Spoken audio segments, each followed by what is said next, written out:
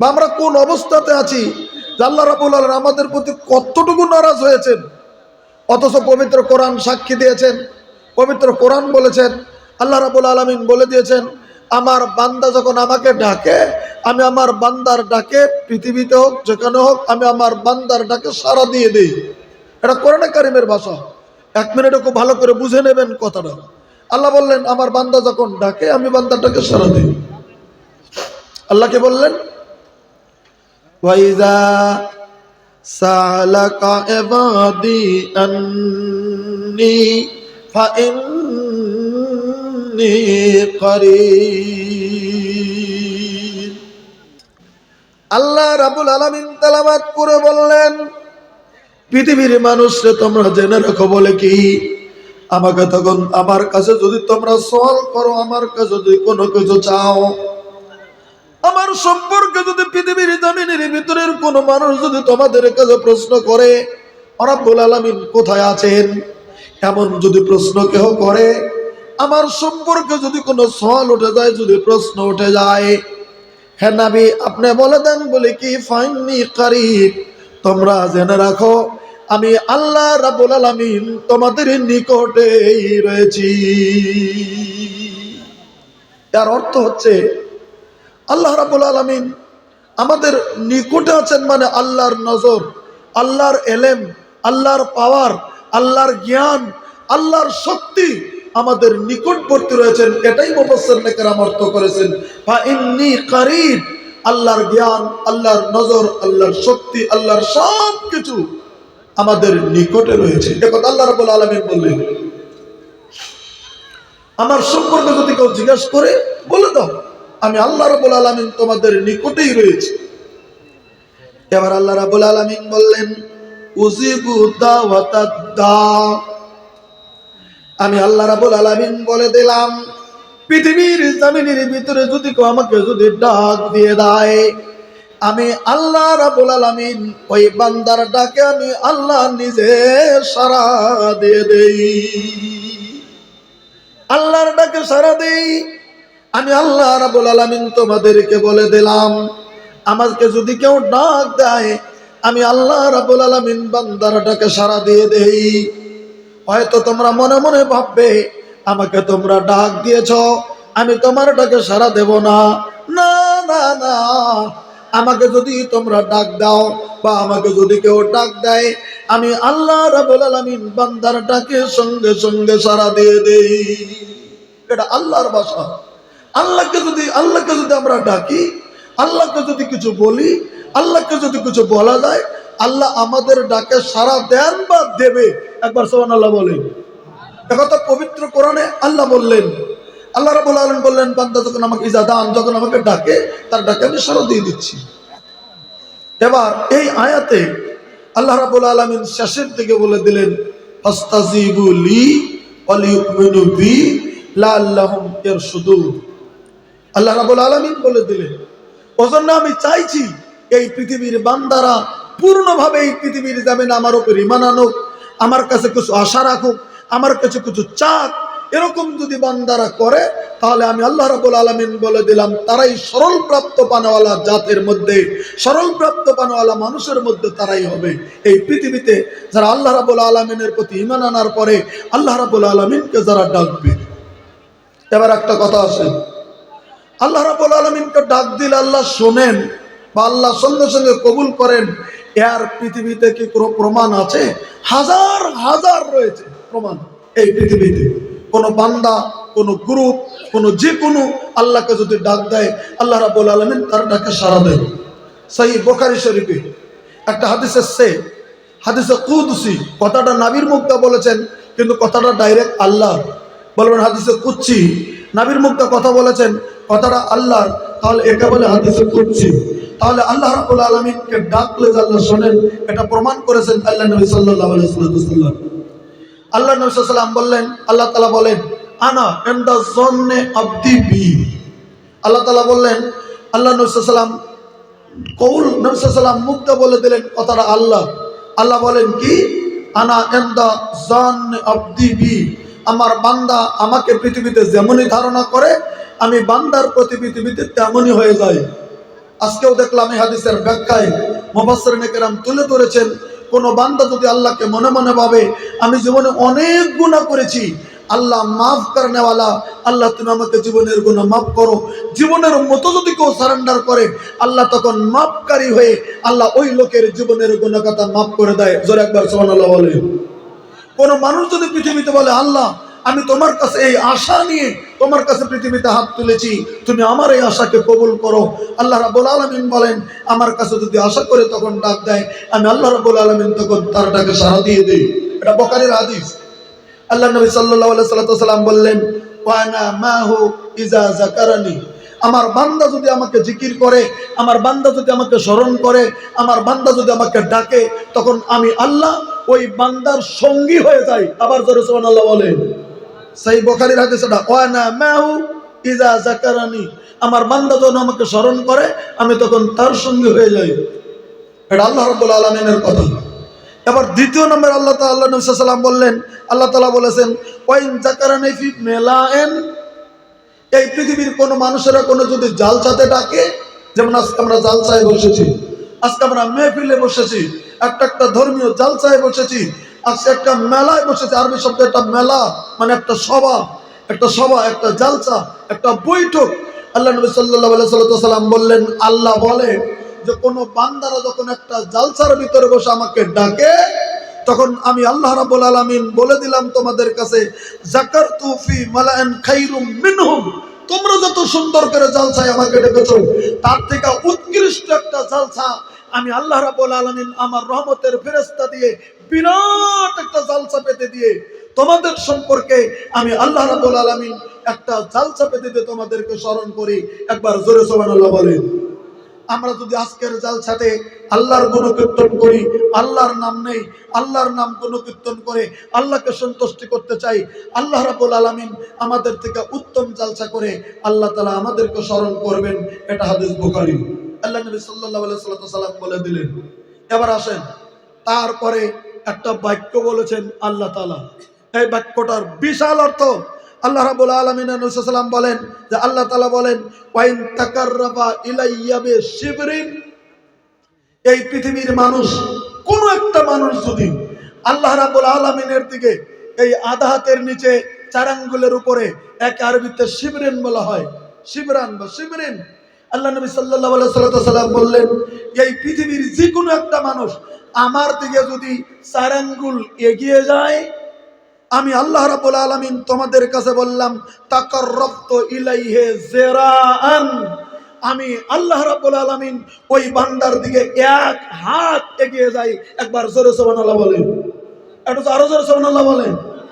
আমরা যদি আল্লাহর দিকে কতটুকু আগ বেড়ে যাই, 4 আঙ্গুল থেকে আধা হাতের মধ্যে এতটুকু যদি এগিয়ে যাই, আল্লাহর রহমত আমার দিকে এগিয়ে আসবে 1 হাত। কত এগিয়ে আসবে?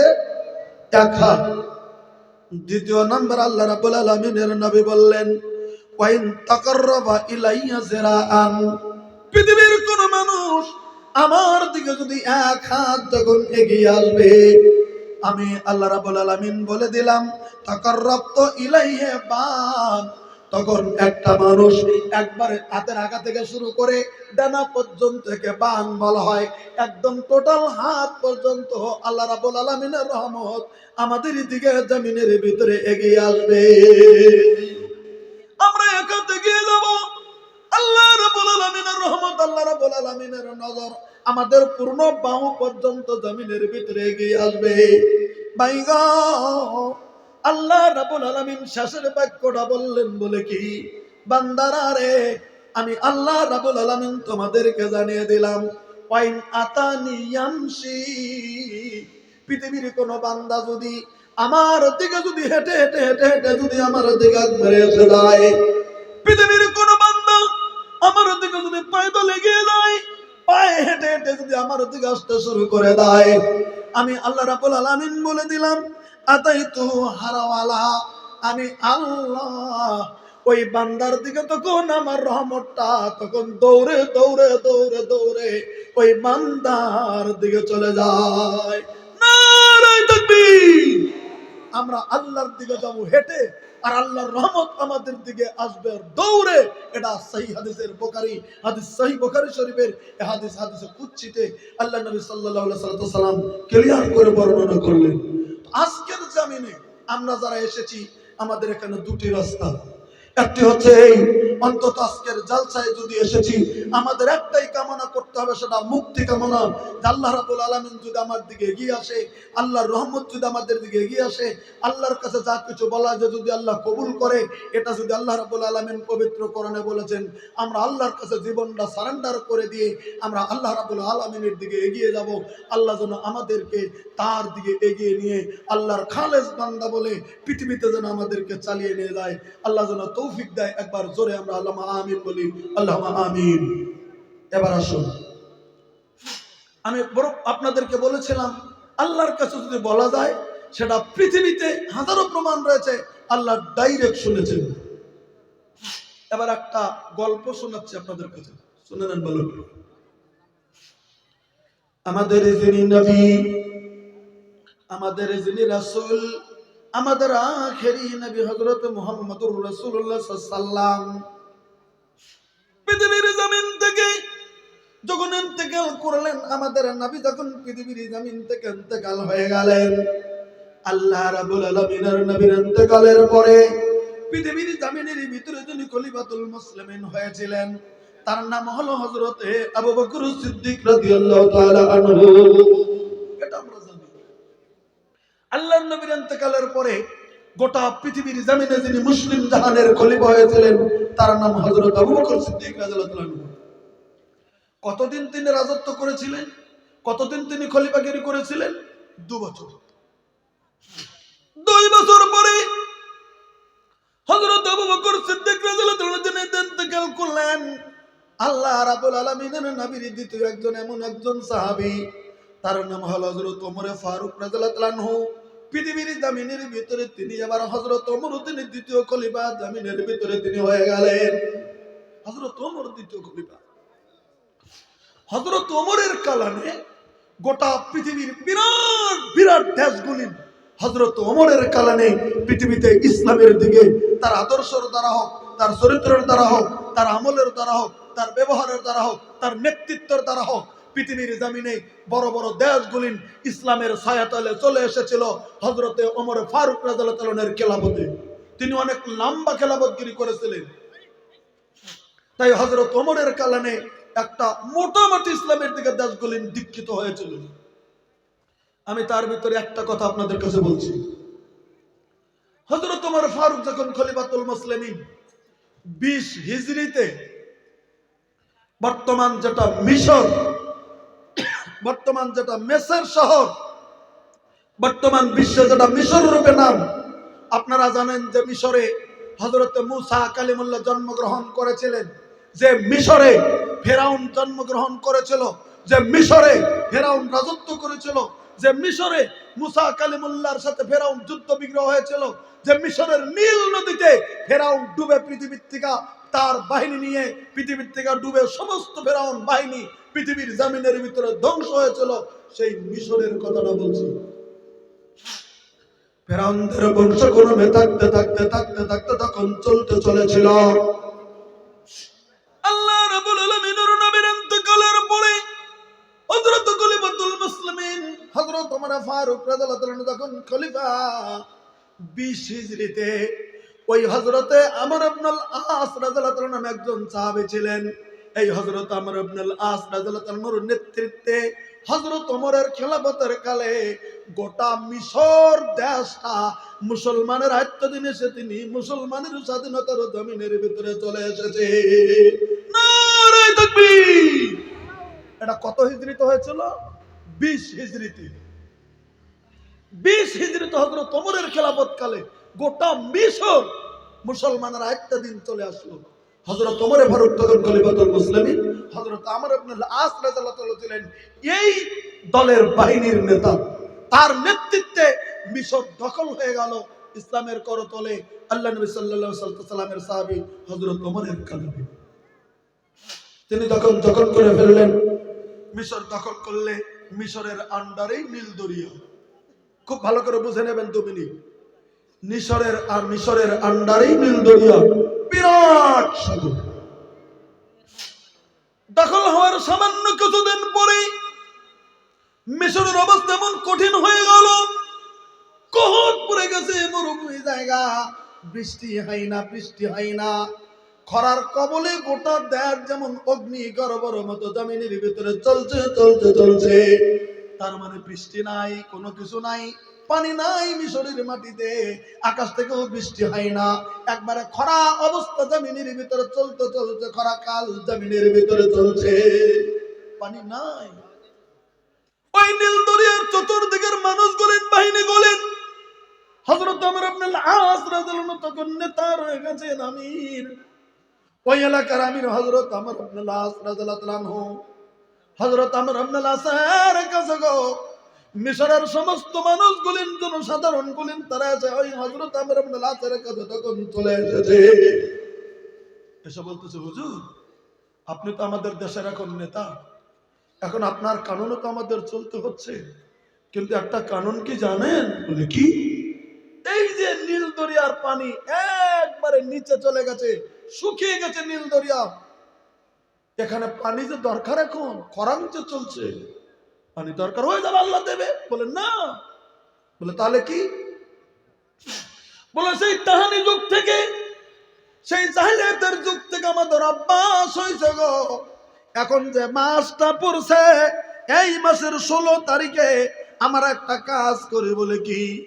এই মাসের যখন 18 দিন অতিবাহিত হয়ে যায়, 18 দিনের দিন গো, এই দেশের ভিতরে থেকে একটা সুন্দরী যুবতী, অবিবাহিত একটা মেয়েকে আমরা নির্বাচিত করে নেই।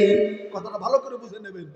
সব মিশরবাসী এসে আমরা আপনার আসরাকে বলতেছে, আমরা জমিনের ভিতরে, এই দেশের ভিতরে সব থেকে একটা সুন্দরী যুবতী, অবিবাহিত একটা মহিলাকে জমিনের ভিতরে নির্ধারণ করে নেই। তার বাবার কাছে অনুমতি নিয়ে, তার বাবার কাছে টাকা পয়সা দিয়ে, তার বাবার কাছে থেকে আমরা তার বাবার কাছ থেকে ওই মেয়েটা জমিনের ভিতরে গ্রহণ করে নেই। নেওয়ার পরে আমরা দেশের সমস্ত মানুষ মিলে চান্দা ধরে ওই মেয়েটাকে দামি দামি দামি দামি দামি দামি স্বর্ণালঙ্কার গুলিন পরিয়ে দেওয়া হয়। হাতের ভিতরে হাতের সোনার বালা দেওয়া হবে, গলার ভিতরে গলার শেকল দেওয়া হবে, কানের ভিতরে কানের সেমন দুল দেওয়া হবে, যত রকমের স্বর্ণ অলঙ্কার তার শরীরের ভিতরে আমরা যতটুকু সম্ভব ভর্তি করে দেওয়ার পরে এই মাসের 18 তারিখে ওই মেয়েটাকে আমরা নীল দরিয়ার ভিতরে, আমরা হাত পার বাঁধানোর মতো করে নীল দরিয়ার ভিতরে আমরা ফেলে দিয়ে আসবো। নীল দরিয়ার দেবতা গো, এই মেয়েটা যখন পাবে, নীল দরিয়ার দেবতার কাছে দিয়ে দিলে, আমরা 18 তারিখে যদি দিয়ে দেই, 2-4 দিনের মধ্যে থেকে তখনই নীল দরিয়ার পানি বাড়তে শুরু হয়ে যাবে। এটাই সেই জাহিলিয়াতের যুগ থেকে এই কাণ্ড জমিনের ভিতরে আমরা চালিয়ে আসছি। ওগো আমিরুল মুমিনিন গো, আমাদের দেশের বর্তমান মিশরের যে দায়িত্ব আছেন আমির, শুনে নেন, অনুমতি দান, আমরা যাব, একটা সুন্দরী মেয়েকে নির্বাচিত করব, অলংকার দিয়ে আগামী 10-12 দিন পরেই আমরা মেয়েটাকে নীল দরিয়ার ভিতরে আমরা ফেলে দিয়ে দেব। আমার আপনার লাস্ট চিন্তা করলেন না, এরকম নিয়ম তো আমাদের ইসলামে নাই যে একটা যুবতী মেয়েকে অলংকার দিয়ে নীল দরিয়ায় ছেড়ে দিতে হবে, জমিনের ভিতরে ফেলে দিয়ে আসতে হবে, ওখানেও মরে যাবে আর নীল দরিয়া থেকে পানি উঠবে। এ বিশ্বাস আমরা পৃথিবীতে করি না। বলেন কথা ঠিক না? জোরে বলেন ঠিক নয়? আবার আপনার বললেন না, এরকম কোন নিয়ম, এরকম কোন সরাসরি কোন কানুন ইসলামের ভিতরে পৃথিবীর জমিনে কোনদিন সাহিত্য হতে পারে না, চোদ্দ হতে পারে না, এটা বৈধ হতে পারে না। আমি নীল দরিয়ায় আমার নেতৃত্বে থাকা পর্যন্ত আমি নীল দরিয়ার একটা জীবন্ত মেয়েকে, তাজা মেয়েকে আমরা নীল দরিয়ার জমিন ফেলে দিয়ে তাকে আমরা মেরে দিতে পারবো না। না, এটা চলবে না, কোনো মতেই চলবে না। আচ্ছা, এখন উনি হচ্ছে শাসক, উনি যদি দিতে না দেয়, বলে তোমরা যদি কে কাম করো তো তোমাদেরকে জবাই করে দেবো, মেরে দেবো, কারো তো সাহস নেই, কেউ আর কাজটা করছে না, শুধু অপেক্ষায় আছে। উনি বলছেন আল্লাহ পানি এমনিই দিয়ে দেবে, তোমাদের কোনো এখানে কিছুই লাগবে না। তাই বলে অপেক্ষা চলছে। ও মাস চলে গেল, 18 তারিখ চলে গেল, পুরা মাস চলে গেল, আর এক মাস চলে গেল, আর এক মাস চলে গেল, এমন করে টোটাল 3টা মাস চলে গেছে। নীল দরিয়ায় এক ফোঁটাও পানি জমিনের ভিতরে বেড়ে চলছে না। খরার জন্যে এত খরাং হয়ে গেছে, খরার জন্য কোনো মেয়েকেও দিতে পারছে না ওই নীল দরিয়ার বাসিন্দা গুলিন। কারণ অনুমতি নাই, আমিরের তরফ থেকে অনুমতি নাই। এদিকে পানিও তো হচ্ছে না, খরার উপরে খরা চলছে, মানুষের খাদ্য খানার প্রভাব জমিনের ভিতরে কঠিন ভাবে চলছে। এরা সবাই মিলে সিদ্ধান্ত নিয়ে নিল, আমির সাহেব আপনি যদি অনুমতি না দেন, একটা মেয়েকে নীলদরিয়ায় জীবন্ত ডুবিয়ে দেওয়ার মতো যদি অনুমতি না দেন, আমরা নীলদরিয়ার চতুর্দিকে যত বাহিবাসীগুলো আছি, আমরা সবাই হিজরত করে এই দেশ থেকে অন্য দেশে আমরা চলে যাব। তখন হযরত আমর ইবনে আল-আস দেখলো মহাবিপদ, 3 মাস চলে গেল, ঠিক অরিজিনালি বৃষ্টি হলো না, নীলদরিয়ার পানিও বাড়ছে না, এদিকে পানিও হচ্ছে না। এই সব লোক যদি অন্য দিকে হিজরত করে চলে যায়, আমি শাসন কাকে দিয়ে করব? তখন মিশর থেকে ইমার্জেন্সি একটা পত্র লিখলেন হযরত আমর ইবনে আল-আস। কি লিখলেন? একটা চিঠি লিখলেন মদিনার আমিরুল মুমিনিন হযরত ওমর ইবনে খাত্তাব রাদিয়াল্লাহু তাআলা নূর কাছে। উনি মদিনায় আছেন, গোটা মুসলিম জাহানের যিনি খলিফা তার কাছে চলে গেলেন। যেমন মুখ্যমন্ত্রী প্রধানমন্ত্রীর কাছে চিঠি লিখলেন, রাজ্যপাল রাষ্ট্রপতির কাছে চিঠি লিখলেন যে কি মিশর তো বিজিত হয়েছে, মিশরে আছি, সবকিছু ঠিক আছে, কিন্তু মিশরে এই রেশম ছিল, এর একটা মেয়ে, জীবন্ত মেয়ে এখানে, তাজা মেয়ে এখানে ডাবিয়ে দিতে চাইছে, তাই নাকি এই নীল দরিয়ার দেবতায় পানি ওই দিন থেকে দিয়ে দেয়। এখন তো 3 মাস পেরিয়ে গেল, খরাং চলছে, পানিও হয় না, এরা মেয়ে দেবে না, সমস্ত মানুষ হিজরত করে চলে যেতে বুদ্ধি করেছে, এখন বুদ্ধি কি? হযরত ওমর খলিফাতুল মুসলিমিন উত্তরে লিখলেন, পরে আমর ইবনে আল-আস, আমার বিশ্বনবী সাল্লাল্লাহু আলাইহি ওয়াসাল্লামের সাহাবী আমর ইবনে আল-আস গো, তুমি যে সিদ্ধান্তটা নিয়েছো, তুমি 100% তুমি ঠিকই সিদ্ধান্তটা নিয়েছো। নারে তাকবীর!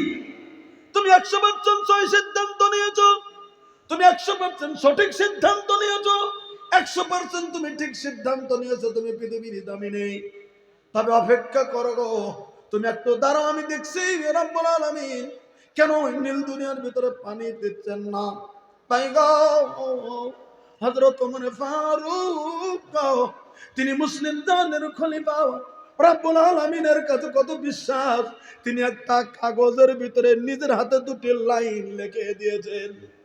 হযরত ওমর ফারুক খলিফাতুল মুসলিমিন একটা 70টা কাগজের ভিতরে তিনি 2টি লাইন লিখে দিলেন। ভাই আমার গো, এবার প্রশ্ন করেন সেদিন কি লিখেছেন হযরত ওমর? হযরত ওমর একটা পত্রের ভিতরে, কাগজের টুকরোর ভিতরে লিখে দিয়েছেন, প্রথম বিসমিল্লাহ বলে তিনি লিখলেন মিন ওমারা আমিরুল মুমিনিন ইলা নীলে মেসের, ইলা নীলে মেসের। উনি লিখে দিলেন বলে কি? আমি বলে দিলাম রে, একটা পত্র লিখে দিলাম, বলে হযরত ওমর লিখলেন বলে কি? আমি যে পত্রটা লিখলাম, এই পত্রটা লিখে দিলাম, আমি হযরত ওমর আমিরুল মুমিনিন, গোটা পৃথিবীর মুসলমানের আমির, আমি হযরত ওমর আমার তরফ থেকে পত্রটা দিলাম গো নীল মেসের, মিশরের নদী, আমি তোকে ডাইরেক্ট পত্রটা লিখে দিলাম। জোরে সুবহানাল্লাহ বলেন। পত্রটা কাকে লিখেছে? নদীকে লিখেছে, মানুষকে লেখা হয়নি, অ্যাড্রেস মানুষকে দেওয়া হয়নি।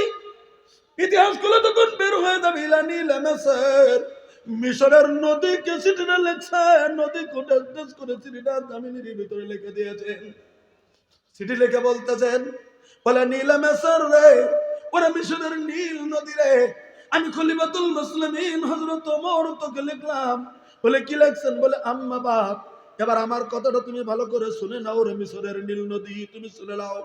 ফাইন কুনতা তাজরি মিন ক্বাবলিকা ফালা তাজরি, তোমার ক্ষমতায় যদি তুমি আগে থেকে যদি তুমি পানি বয়ে যাও, এটা যদি তোমার ক্ষমতা হয় রে নীল নদী, তুমি যদি আগে থেকে তোমার ক্ষমতায় যদি তুমি পানি বের হয়ে যাও, তোমার পানি যদি বের হয়, পানি যদি পানি যদি বাড়ে, এটা যদি নদী তোমার ক্ষমতায় যদি তুমি আগে থেকেই তুমি যদি বাড়ো, তাহলে আমি ওমর তোমাকে বলছি ফালা তাজরি, তাহলে তোমার দরকার নাই যে নীল দরিয়ার পানিটা তুমি বেরিয়ে যাবে, বার হয়ে যাবে।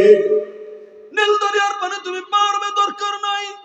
যদি তোমার ক্ষমতায় তুমি যদি পারো, আমি হযরত ওমর লিখলাম ফালা তাজরি, দরকার নাই তোমার জারি হওয়ার জন্য। আমি ওমর তোমাকে বলে দিলাম, তোমার মতো নীল দরিয়ার পানি আমি ওমর আমার কাছে দরকার নাই, বলে দিলেন। এটা এই কথা লিখে দিয়ে দ্বিতীয় বাক্যটা তিনি কি লিখেছেন ভালো করে শুনে নেন। ওয়াইন কানাল্লাহু ওয়াহিদুল কাহার ওয়াল্লাযী ইউসরিকা কিন্তু আমি হযরত ওমর বললাম, আমার যিনি মহান সত্তা, মহান মাবুদ, যিনি ওয়াহিদুল কাহার গো, তিনি যদি তোমার নীল দরিয়ার পানিটা যদি তিনি যদি জারি করে থাকেন, আগে থেকেই যদি আল্লাহ জারি করেন প্রত্যেক বছর, আল্লাহর তরফ থেকে যদি পানি জারি হয়, আল্লাহ যদি তোমাকে জারি করে দেন, আল্লাহর হুকুমে যদি তুমি পৃথিবীর জমিনের ভিতরে যদি তুমি চলো, আমি হযরত ওমর তোমাকে বলে দিচ্ছি, বলে কি, ফানাসাল্লাল্লাহু তাআলা ইলাইয়ুজরিয়াকা, আমি আল্লাহ রাব্বুল আলামিনের কাছে বললাম, মাবুদের কাছে চাইলাম, মাবুদ যেন তোমার নীল দরিয়ার পানিটা পৃথিবীর জমিনের ভিতরে যেন বহে দিয়ে দেয়। নারে তাকবীর। এই পত্রটা যে আমার ইবনে লাসের কাছে খবরটা দিয়ে দিলেন। আমি হযরত ওমর মুসলিম জাহানের খলিফা, আমি নিজের হাতে পত্রটা লিখলাম। আমার এই পত্রটা নিয়া কোন যুবতী মেয়েকে ভূতের কাছে দিতে হবে না, কোন যুবতী মেয়েকে নীল দরিয়ায় ফেলে দিতে হবে না। আমার পত্রটা নিয়ে দরিয়ার ভিতরে ফেলে দাও, দেখো রব্বুল আলামিন পানি জারি করে কিনা। কিতাব খুলুন, বেরিয়ে যাবে। হযরত আমর ইবনে লাসের কাছে যখন পত্রটা একটু লাইনের কাগজটা চলে গেল, তিনি নিজে কাগজটা লইয়া নীল দরিয়ার ভিতরে ফেলে দিয়ে দিলেন। সন্ধ্যাবেলায় নীল দরিয়ায় ফেলে দেওয়া হলো গো। তারপরের দিন ছিল শনিবার, এটা শুক্রবারে পত্রটা দেওয়া হলো নীল দরিয়ার ভিতরে। শনিবার থেকে পানি বাড়তে শুরু হয়ে গেল, পানি বাড়তে শুরু হয়ে গেল। হাদিসের ভিতরে, ইতিহাসের ভিতরে সাক্ষ্য দিয়েছেন, একটা দিনে 16 ফুট 16 গজ উচ্চতা হয়ে, 16 গজ সোয়া 2 হাতে যদি 1 গজ হয়, তাহলে 16 গজ উচ্চতা হয়ে তারপরের দিন শনিবারই নীল দরিয়ার পানি গোটা দেশের ভিতরে বয়ে পানি পৃথিবীটা ঠান্ডা হয়ে যায়। একবার জোরে সুবহানাল্লাহ কবেন না? চিঠি দিয়েছিল কে? চিঠি দিয়েছিল কে? হযরত ওমর ফারুক রাদিয়াল্লাহু আনহু, তিনি খলিফাতুল মুসলিমিন ছিলেন। তিনি চিঠি দিয়ে দিলেন। হযরত ওমরের চিঠিতে সাগরের নীল দরিয়ার পানি এমন করে বমকে উঠেছিল, 16 গজ উচ্চতা হয়ে একদিনেই নীল দরিয়ার পানি ভর্তি হয়ে গেল। কোন মেয়েকে নীল দরিয়ার জীবন্ত মেয়েকে ফেলে দিতে হলো না। আমার বলার উদ্দেশ্য ছিল ওই, আল্লাহর কাছে যদি আবদার করা যায়, আল্লাহর কাছে যদি চাওয়া যায়, চাওয়ার মতো যদি চাওয়া যায়, আল্লাহ রাব্বুল আলামিন পূরণ করেন কিনা জোরে বলে, এটা জোরে বলেন, পূরণ করে কিনা? পূরণ করে দিচ্ছেন। হযরত ওমরের চিঠিতে, একটা মানব সভ্যতার চিঠিতে নীল দরিয়ার পানি বমকে উঠেছিল। আর ওই দিন যে বমকে উঠেছিল পানি, আজ পর্যন্ত পৃথিবীর জামিনে ওই দিন থেকে নতুন করে আর নীল দরিয়া কোনো মেয়েকে দেওয়া হয়নি। আর এই পৃথিবীর জমিনে নীল দরিয়ার পানি শুকিয়ে যায়নি, ওই যে জারি হয়ে গেছে, এখন পর্যন্ত নীল দরিয়ার পানি জারি রয়ে গেছে। একবার সুবহানাল্লাহ জোরে কর, আরেকবার জোরে কর। আমার ভাইরা, আমার বলার উদ্দেশ্য হচ্ছে, যদি আল্লাহ রাব্বুল আলামিনের কাছে যদি কিছু বলা যায়, আল্লাহ রাব্বুল আলামিন সঙ্গে সঙ্গে শুনে নেয়। আর 5টা মিনিট শোনার পরেই আমি আমার দিকে চলে এসেছি। আর মাত্র 5 মিনিট বলবো একটা কাহিনী। আমার ভাইরা, এটা পৃথিবীতে বিশ্ব নবী সাল্লাল্লাহু আলাইহি ওয়াসাল্লামের জিন্দেগির পরের জিন্দেগিতে দেখলাম। বিশ্ব নবী সাল্লাল্লাহু আলাইহি ওয়াসাল্লামের বেঁচে থাকাকালীন, আমার ভাইরা আপনারা জানেন, আল্লাহ রাব্বুল আলামিনের নবী হিজরত করে মক্কাতুল মুকাররমা থেকে মদিনাতুল মুনাওয়ারাতে চলে গিয়েছিলেন। বেঈমানদের অত্যাচারে গো, আবু জাহেল, আবু লাহাব, উতবা, শাইবার অত্যাচারে আমার বিশ্ব নবী মক্কা ছেড়ে মদিনাতুল মুনাওয়ারাতে চলে গিয়েছিলেন।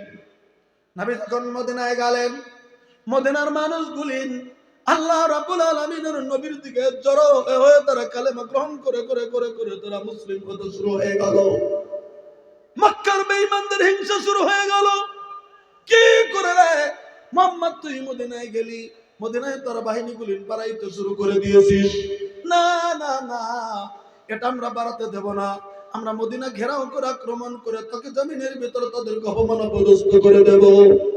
তাই তারা 1000 একটা সৈন্য বাহিনী নিয়ে মদিনাতুল মুনাওয়ারাকে আক্রমণ করার জন্য মক্কা থেকে রওনা হয়ে যাইয়া ওই বদরের ময়দানে তারা উপস্থিত হয়ে গেছে।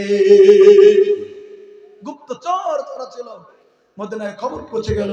আল্লাহ সাল্লাল্লাহু আলাইহি ওয়াসাল্লামের কাছে খবর দিলেন, নবী আপনি তো কেন সুস্থ আছেন, থাকতে পারবেন না? আবু জাহেলের দলেরা আপনাকে আক্রমণ করে মদিনাতুল মুনাওয়ারা থেকে আপনাকে একদম খতম করে দেবে। তাই ঠিক আছে। মসজিদে নববীতে আল্লাহ রাসূল সাল্লাল্লাহু আলাইহি ওয়াসাল্লাম মাশওয়ারায় বসে গেলেন। মাশওয়ারায় সিদ্ধান্ত হলো, আমরা কম থাকি আর বেশি থাকি, আমরা মোকাবেলা করব আমাদের দেশকে রক্ষা করার জন্য। নারায়ে তাকবীর, সিদ্ধান্ত পাশ হলো। আমি একদম খুলে খুলে বলছি না, লম্বা ইতিহাস, শুধু দুটি শব্দ বলে দিতেছি। তখন আল্লাহ নবী সাল্লাল্লাহু আলাইহি ওয়াসাল্লামের ডাকে সর্বশেষ সিদ্ধান্ত এনে দেখা গেল 313 জন সাহাবী আল্লাহ রাব্বুল আলামিনের নবীর সঙ্গী হয়ে গেল। কয়জন বললাম? কয়জন বললাম? 313।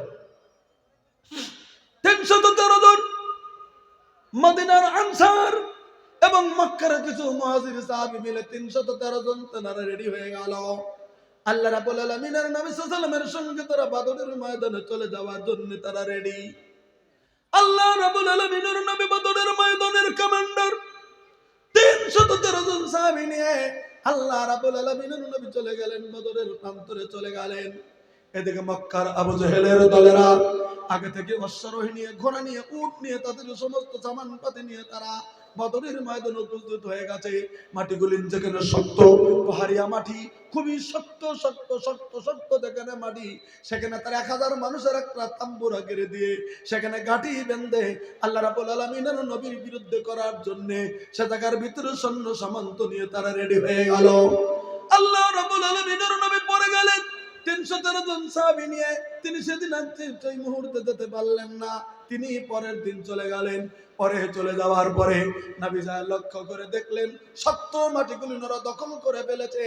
এখন আর আমাদের বাসা বাঁধার মতো শক্ত জায়গা নাই, তাই যেখানে বালু রয়ে গেছে, বালু গজগজা গজগজা বালু কামায়ের ভিতরে আল্লাহ রাব্বুল আলামিনের নবী সাহাবা কেরামকে বললেন, সাহাবীরা রে, এই বালু মাটির ভিতরেই আমরা তাম্বুরা করে জমিনের ভিতরে থাকার জন্য আমরা ব্যবস্থা করে নিতে চাই। জায়গা যদি নাই, উঁচু জায়গাকে যদি তারা দখল করে ফেলেছে, আমাদের আর বুদ্ধি নাই, এই বালুকার মধ্যেই আমরা তাম্বুরাটা নিয়ে নেব। বালুকা মাটির মধ্যেই আল্লাহ নবী সাল্লাল্লাহু আলাইহি সাল্লাম সাহাবা কেরাম নিয়ে ওই জায়গার ভিতরে তাম্বুরাটা নিলেন। খালি একটা কথা আপনাদেরকে বলে দিতে চাইছি, মুসলমানের সৈন্য সংখ্যা কত? যারা বলেন কত? 313। আর মক্কা থেকে যারা এসেছিল তারা কত? 1000। আপনারা মনে রাখেননি, 1000 ছিল। আর 2 মিনিট খুব ভালো করে শুনে নেবেন। 1000 ছিল বিরোধী পক্ষ।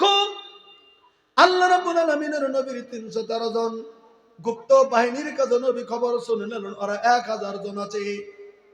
আল্লাহ রাব্বুল আলামিনের নবীর সাথে 313। চিন্তা করলেন আল্লাহ রাব্বুল আলামিনের নবী, আমার তো 313 জন, এখন সন্ধ্যাবেলায় আমরা বালুকা মাইরের ভিতরে আমরা জড়ো হয়ে গেলাম। ভাই গো, একটা বাড়িতে যদি আগামীকাল খাবার নাই গো, ছেলে মেয়ে যদি 20 জন আছে, 30 জন আছে বা 50 জন আছে, তাই কিছু থাক না কেন, ছোট্ট ছোট্ট মানুষটা যদি 20 জনের পরিয়াল আছে, দায়িত্ব বাবা মার সকালবেলা ছেলেদেরকে খানাটা কোথায় থেকে দিয়ে দেবে? স্ত্রী স্বামীকে জানিয়ে দিয়েছে, স্বামী গো, আগামীকাল যে ভাতটা রানবো, চালও কিন্তু বাড়ির ভিতরে নাই। সন্ধ্যাবেলা খবরটা স্বামী পেয়ে গেল। স্বামী বাড়িতে শুয়ে পড়েছে বিছানায়। সবারই যদি ঘুম হয়ে যায়, ছোট ছোট বাচ্চারা বুঝবে না, ঘুমিয়ে যাবে, কিন্তু যে বাড়ির মালিক আর ঘুম ধরবে না। কারণ কি? আগামীকাল আমার 20টা সন্তানকে আমি কোথায় থেকে চাল এনে দিয়ে তাদের সকালের খাবারের ব্যবস্থাটা করব। তার কিন্তু ঘুম ধরবে না। ওই যে 313 জন সাহাবী, তারা তো সাহাবীরা কষ্ট করে ময়দানে চলে গেছেন, শরীর ক্লান্ত, তাই যার যার মতো তাম্বুরার নিজে তারা ঘুমিয়ে গেছেন। কিন্তু 313 জনের বাহিনীর কমান্ডার আল্লাহ রাব্বুল আলামিনের নবী যতই ক্লান্ত হোক না কেন, তার ঘুম নাই। তিনি তো জমিনের ভিতরে চিন্তা করতে যে হায় হায়, আগামীকাল সকালবেলা মোকাবেলা হবে, ওই মোকাবেলাতে 313 জন সাহাবী নিয়ে আমি 1000-এর মোকাবেলায় কেমন করে আমি মোকাবেলায় সেই মুহূর্তে যোগদান করব। আল্লাহ রাব্বুল আলামিনের নবী চিন্তা শুরু করে দিলেন। ঘুম নাই, ওই যে রাত্রিতে সাহাবা کرام ঘুমিয়ে গেছে। আর আমার বিশ্বাস নবীজি তিনি নফল নামাজ পড়ে মহান মাবুদের দরবারে তিনি কাঁদতে শুরু করে দিলেন, চোখের পানি চরচর করে ফেলতে শুরু করে দিয়েছেন। মাবুদ, মাবুদ গো, তুমি জানো এটা ইসলামের প্রথম বাহিনী, আমি বিশ্ব নবী তোমার নামে স্বীকার করে নিয়ে আমি বদরের ময়দানে উপস্থিত হয়েছি। বিরোধী পক্ষ 1000 রয়েছে, আমরা তো জমিনের ভিতরে 313 জন। মাবুদ গো, এই 313 জন আমার বাহিনী আজকে আমার সঙ্গে রয়েছে। এই 313 জন বাহিনী গঠন করতে আল্লাহ আমার খুব কষ্ট গেছে পৃথিবীর জমিনের ভিতরে।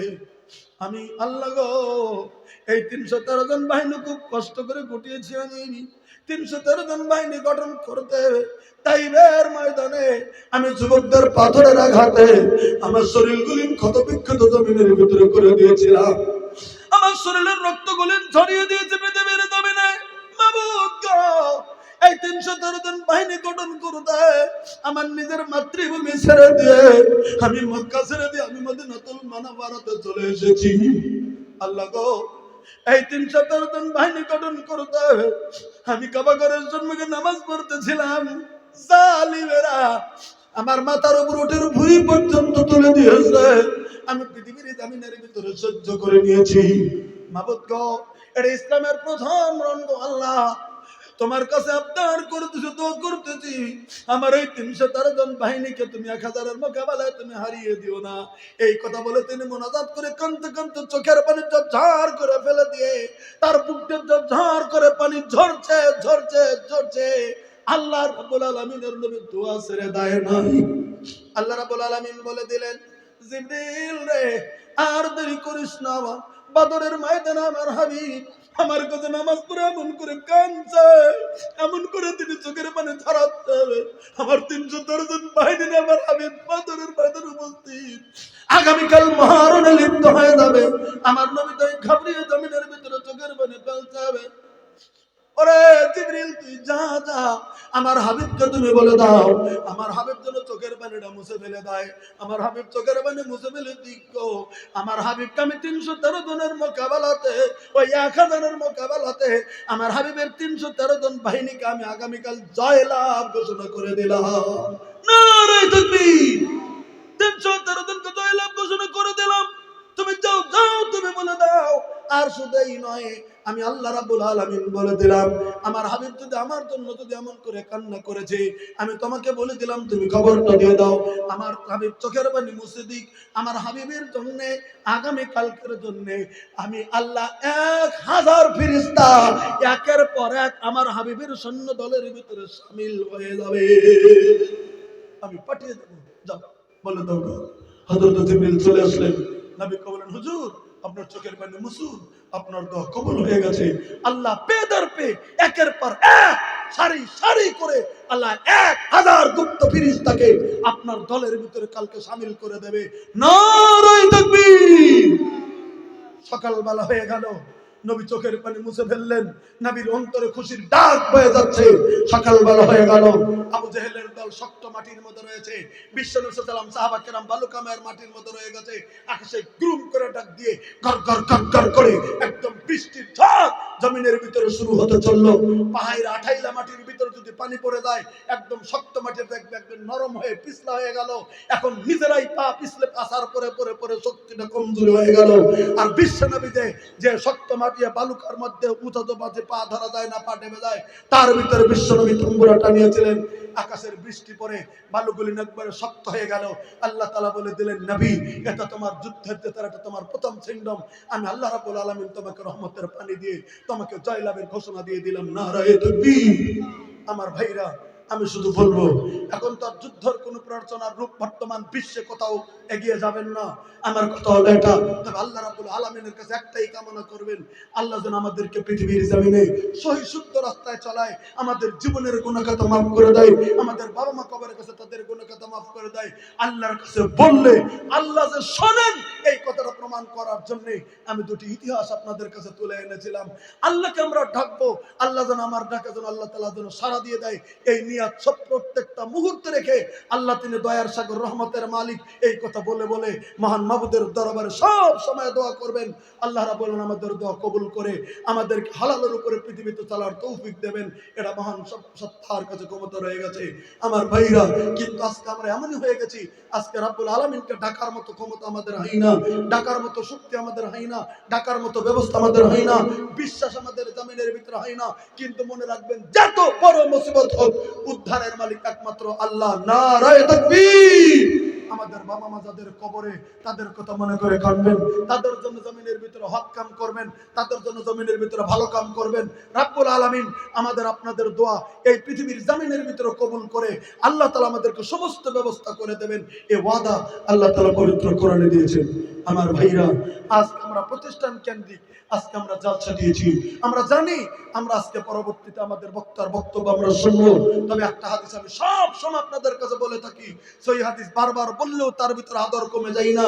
আল্লাহ নবী সাল্লাল্লাহু আলাইহি ওয়াসাল্লাম মদিনার মসজিদে নববীতে একটা যুবক ছেলে চলে এসে নবী সাল্লাল্লাহু আলাইহি ওয়াসাল্লামের কাছে জিজ্ঞাসা করতেছেন, হুজুর আমার মা হঠাৎ করে মারা গেছে, আমার মাকে আমি পৃথিবীর জমিনের ভিতরে আমি আমার মা যদি বেঁচে থাকতো, মা যদি জমিনের ভিতরে বেঁচে থাকতো মা আমার, তাহলে আমার মা অজস্র খয়রাত করতো, কিন্তু হঠাৎ করে মা মারা যাওয়ার জন্য কিছুই দিতে পারেনি। এবার আমি তার ছেলে হয়ে আমি যদি তার মা আমার মার জন্য আমি যদি ডাইরেক্ট আল্লাহর রাহিলিল্লাতে যে কোনো জায়গায় যদি খরচ করি, ইনতাসাদদাকতু বিহা, আল্লাহ রাসূল সাল্লাল্লাহু আলাইহি ওয়াসাল্লামের কাছে বললেন, হুজুর আমি আমার মার তরফ থেকে তার ছেলে হয়ে আমি যদি পৃথিবীতে খরচ করি, আমার মা কি কবরে নেকি পেয়ে যাবেন? আল্লাহ রাসূল সাল্লাল্লাহু আলাইহি ওয়াসাল্লাম বললেন, ফাকালা নাম। আল্লাহ রাসূল সাল্লাল্লাহু আলাইহি ওয়াসাল্লাম বললেন, হ্যাঁ, মার তরফ থেকে যদি কোনো ছেলে পৃথিবীতে যদি খয়রাত করে তার মা কবরের নেকিটা পেয়ে যায়। নারায়ে তাকবীর। ওরকম বাবার জন্য যদি কোনো সন্তান খরচ করে, বাবা যদিও কবরে শুয়ে আছে 20 বছর আগে থেকে বা 2 বছর আগে থেকে, পৃথিবীর জমিনের ভিতরে যদি 20 বছর আগে থেকে যদি শুয়ে আছে, তবুও পৃথিবীর জমিনের ভিতরে আল্লাহ রাব্বুল আলামিন ওই বাবার জন্য যদি কেউ খয়রাত করে, আল্লাহ তাআলা তার নেকিটা কবরের ভিতরে দান করে দেবে। আমার ভাইরা, এটা একটা প্রতিষ্ঠান, আমরা জানি এখানে অনেকটি ছাত্র লেখাপড়া করছে, অনেকটি শিক্ষক লেখাপড়া করাচ্ছে, যেখানে কোরআনের তালিম হচ্ছে, যেখানে হাদিসের শিক্ষা হচ্ছে। আজকে আপনারা সন্ধ্যার দিক থেকে শুরু করে এতক্ষণ পর্যন্ত মাদ্রাসার তুলাবাদের বক্তব্য শুনেছেন, মাদ্রাসার শিক্ষকদের কথা শুনেছেন, তারা দ্বীনের রাহিলিল্লাতের কথা এই পৃথিবীর জমিনের ভিতরে কত সুন্দর করে পৃথিবীতে প্রকাশ করেছেন। সেই প্রতিষ্ঠানের জন্য, সেই তিন বাচ্চাদের জন্য আজকের ময়দানে একজন বাবা মা বা দাদা দাদির কথা মনে করে সর্বপ্রথমে আমি আপনাদের কাছে 50,000 টাকার কাছে যেতে চাবো না, 20,000 টাকার কাছেও যেতে যাবো না, কারণ এখন মেঘালয়ের ইটা তো একটু বন্ধ হয়ে আছে, কয়লার ব্যবসাটা একটু কমজোরি হয়ে গেছে, গরুর ব্যবসা একটু কমজোরি হয়ে আছে। কাজে থেকে পরিস্থিতির উপরে আমরা যতটুকু সাবধানতা অবলম্বন করে আপনাদের কাছে তবে যেটা চাওয়া যাবে ততটুকু আমি অবলম্বন করে আমি 50, 20, 40-এর কাছে যাব না। আমি শুধু একটা লোককে সর্বপ্রথম এই বৈঠকের ভিতরে যাবে, যিনি আমার টেবিলের কাছে চলে আসবেন, হাতটা ধরে দোয়া করব তার জন্য আল্লাহ রাব্বুল আলামিন যেন তার দানটা কবুল করে। সর্বপ্রথম একজন দিনী মেহমান, শুধু আমার দুহাত 10,000 টাকা এই প্রতিষ্ঠানের জন্য সর্বপ্রথম একজন আসবে, তার বাবা মার কথা মনে করে দোয়া করে দেব। কি নাম জানো আপনার? বাবার। দেন 1 টাকা 2 টাকা কত নগদ দেবেন? দেন ওইটা প্রথম টাকাটা নিয়ে দোয়া করুন। আপনার বাবা মা আছে তো? যাক ইনশাআল্লাহ। আমার একজন যুবক ভাই, ইনি এনার নাম বাবর আলী, ইনি আজকের জমিনে ওনার বাবা মা বেঁচে আছেন, ওনার বাবা মার জন্য দোয়া করব। হয়তো দাদা দাদি বেঁচে নাই, দাদা দাদি আছে নাই, দাদা দাদি নাই, ওনার দাদা দাদির জন্য একটু দোয়া করব। উনি সর্বপ্রথম আলেমের ইজ্জতের দিকে তাকিয়ে আজকের জমিনে উনি 10,000 টাকা স্বীকার করেছেন, 2,000 টাকা নগদ দেবে বলেছেন, 8,000 টাকা বাকি।